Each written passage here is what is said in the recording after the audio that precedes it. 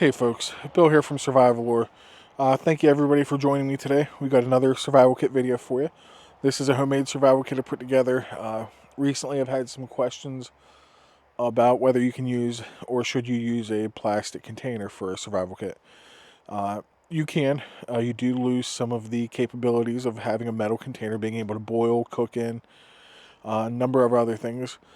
But yes, you can make a kit in a plastic container. This is a protein powder container. It's the Jocko Molk. Just finished this one up recently, so I thought it'd be perfect to use for a kit. We'll bust right into it.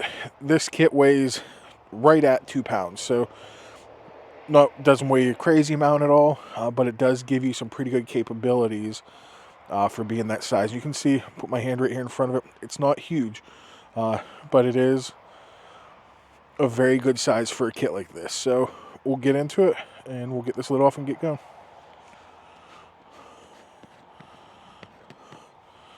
First thing, I have a curved needle with some thread under there. That's to repair our clothes and gear.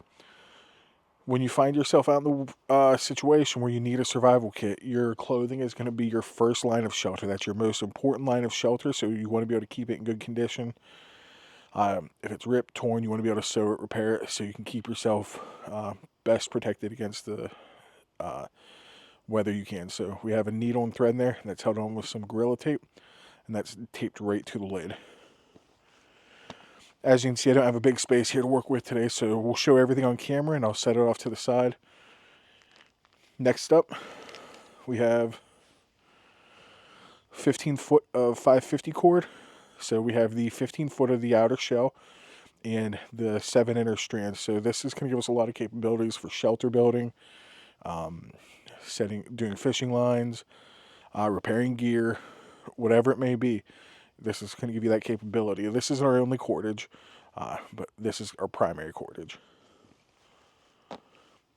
Next up, 7 lemon tea bags. They're compressed in here pretty well. The kit isn't set for any specific amount of time. I have 7 in here, 1 a day for 7 days, so you can stretch it out. The teas kind of just give you a little boost each day, so we do have 7 tea bags in there. Next up, just a small tube of super glue, cuts, repairs, improvised fire starter, whatever it may be. Just a good small piece of kit.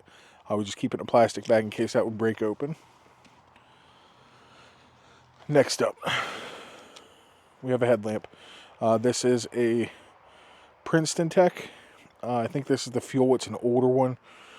Yeah, it is a fuel. Works great. 3 AAA. Very bright. I've been running this exact one for probably close to 17 years now. I've had this one. So this is Princeton Tec, makes a good headlamp and they hold up. So, and they have great customer service. I sent that in one time for repair, and that was after about 10 years they took care of it. So, roll of duct tape. You guys have seen this, number of uses, repairs, fire starters, repair your containers, whatever it may be.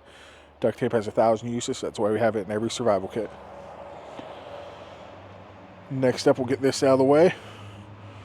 We have the obligatory Victorinox Farmer X.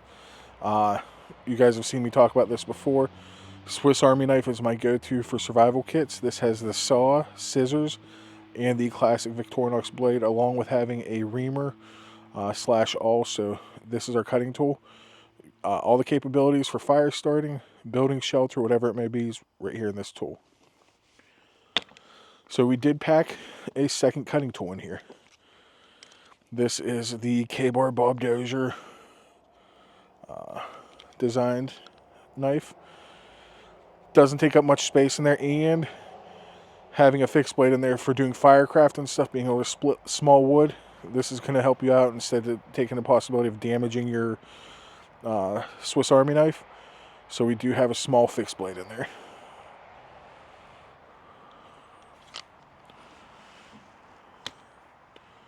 Next up, just a vial of Himalayan salt. That way we can keep our electrolytes up.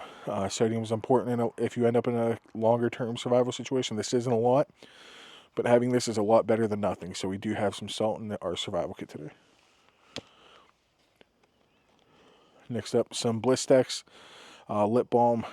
Keep your lips from cracking and getting infected. You can use this to coat your blades, wax tinder, whatever it may be. A bunch of uses, even past the medical uses. So right here on top, we got 2 pre-made snares. If you do find yourself in a longer term situation, you do have a couple pre-made snares to set up. 2 isn't a lot, but 2 is better than none. You can set them up real quick and let them work for you. So next up, we have some Jocko stormproof matches. These are the smaller ones. They work the same as the larger ones. These are probably, for me, outside of the fire steel, the most important fire starter we have. These work whether it's raining, windy, whatever it may be. This is going to give you a guaranteed way to make a fire. So when your Bic's not working, it's cold, it's raining, and it's hard to work with a ferro rod, go with these. These are the ones that will guarantee that fire start. So bust in here a little farther. Medication. We have Imodium, pain relievers, allergy pills. And I actually have a prophylactic dose of doxycycline in here because ticks hit me hard, so I do have that in there in case I find one when I'm out. We have that to kind of help us prevent the ticks from taking course. So let's see what else we got in here. Go a little farther. We have our photon light. I've seen this in a lot of other kits. Tiny, very bright. Great piece of kit in a survival kit.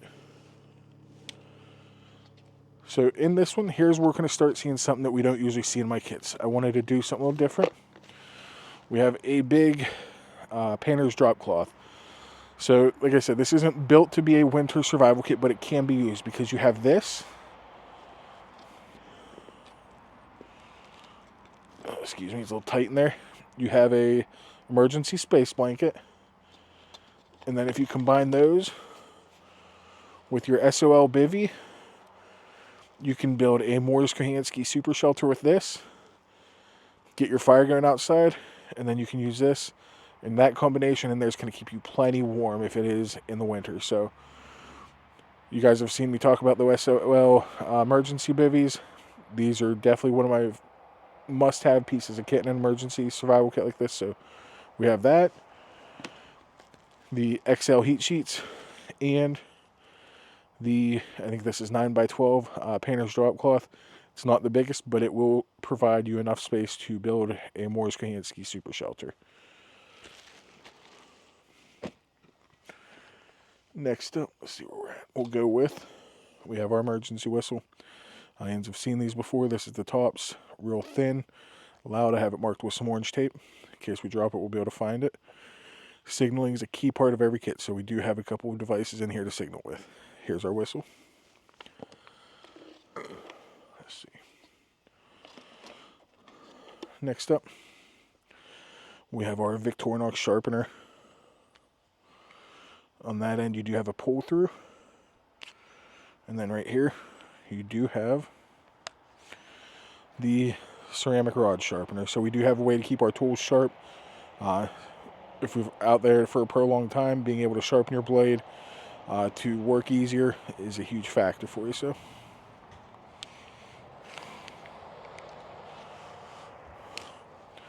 next up, I grab this with the Victorinox. We have a good ferro rod. This isn't the mini one. This is a larger one. In case you do find yourself in a cold weather situation, having a larger ferro rod is going to be a lot easier to use, especially when your dexterity is compromised. So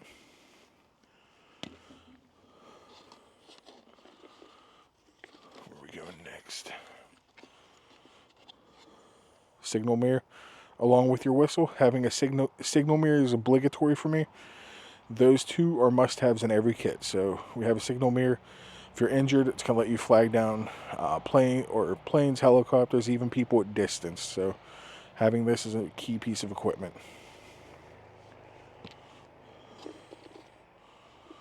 Okay, let's see. Here, we just have some various bandages. Cuts, you want to protect your hands, take care of them. You don't want anything getting infected, so we have these to keep your wounds cleaned if you should find yourself out there. So different various assorted bandages. Okay.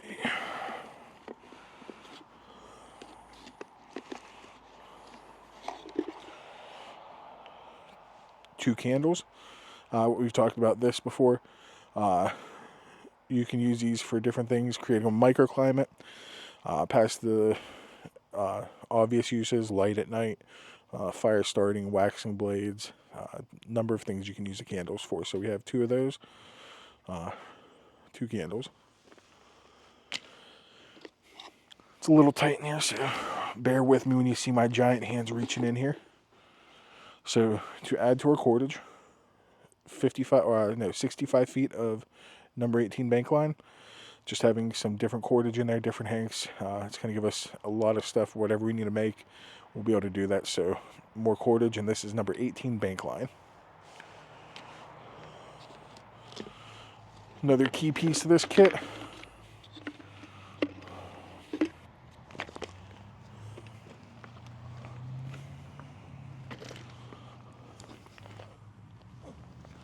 Excuse me. Drop this. We have our Platypus filter. Since we don't have a metal container, I wanted to have some kind of filtration device. So we can use this as a squeeze filter. Fill it up. You can fill this up to carry water. And yes, we can't boil, we can't cook in it, but at least we can purify or make it safe and store water in here. So we do have the Platypus water filter. Okay. Pull out another key piece of this kit.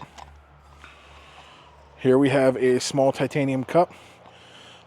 We don't have a large metal container, but we did want a metal container in here of some sort. This will let us make our tea in it. You can cook, use it for a number of things. Butterfly handles, this is titanium. There is some pieces in here, we'll go over those pieces next. So, Tinder Quick tabs, we have 7 in here.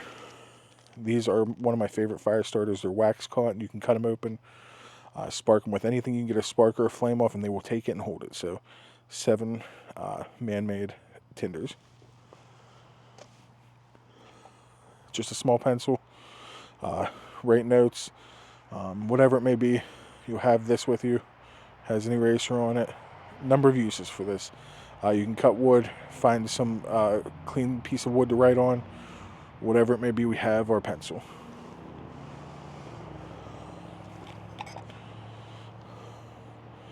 Bic lighter. This is going to be your first, if you are in an emergency situation, this is your first choice. It's the quickest way to get a flame, assuming your conditions will allow you. These just work, so we do have a Bic lighter. You always want to have a lighter in all your kits. So, and whenever possible, we want to use a color that's easy to find. You can see that it has a little alien on it, but this is a good orange lighter. So, next up, just a small fishing kit, couple weights, about 30 feet of line, and some small flies in there, and a couple hooks. And we have some snare wire. You can use this to repair gear, build some more snares, other than the 2 we have. So that'll allow us to get food if we do find ourselves out in a prolonged situation. So it's not much, but it does give you the ability to obtain protein and feed yourself. So do excuse me, we have a plane that just took off over the house, so that's what you heard in the background there. Piece of heavy duty aluminum foil. Number of uses. We can use this to make a windscreen, bake in, cook in. A lot of good uses for aluminum foil. It doesn't take up much space. It folds up flat. So we always have aluminum foil in a kit like this. You've heard me talk about these before, the hot hands. Again, this isn't necessarily a winter kit, but if you do find yourself in the cold, you get wet, and you start losing dexterity in your hands, this, popping these open, warming them up, getting them in your hands, this will get your dexterity back and allow you to create a fire, build shelter, whatever it may be, whatever you have to do to provide for your own safety. So these are a great piece to any survival kit. I'm going to set this over here with everything else. We're getting down to some of the last stuff in here. Still a good bit, but... So, just have a chem light in here. Another signaling thing, signaling device. We can also use this for light at night. It doesn't provide a lot, but it will provide enough in an emergency situation. Another fire starter. We have a Fresnel lens. You know my thoughts on this. This is a key piece of every kit. They're so small, they take up no space, and it gives you a forever source of fire. Yes, you have to have sun, but it is still a forever source of fire. Must have in a survival kit.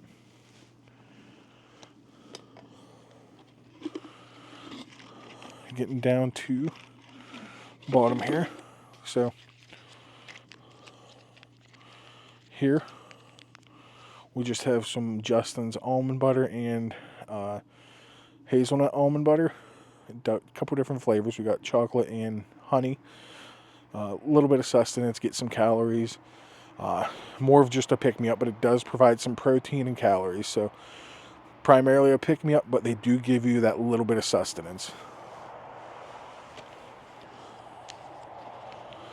Along with that, we have some honey packets. Again, same deal.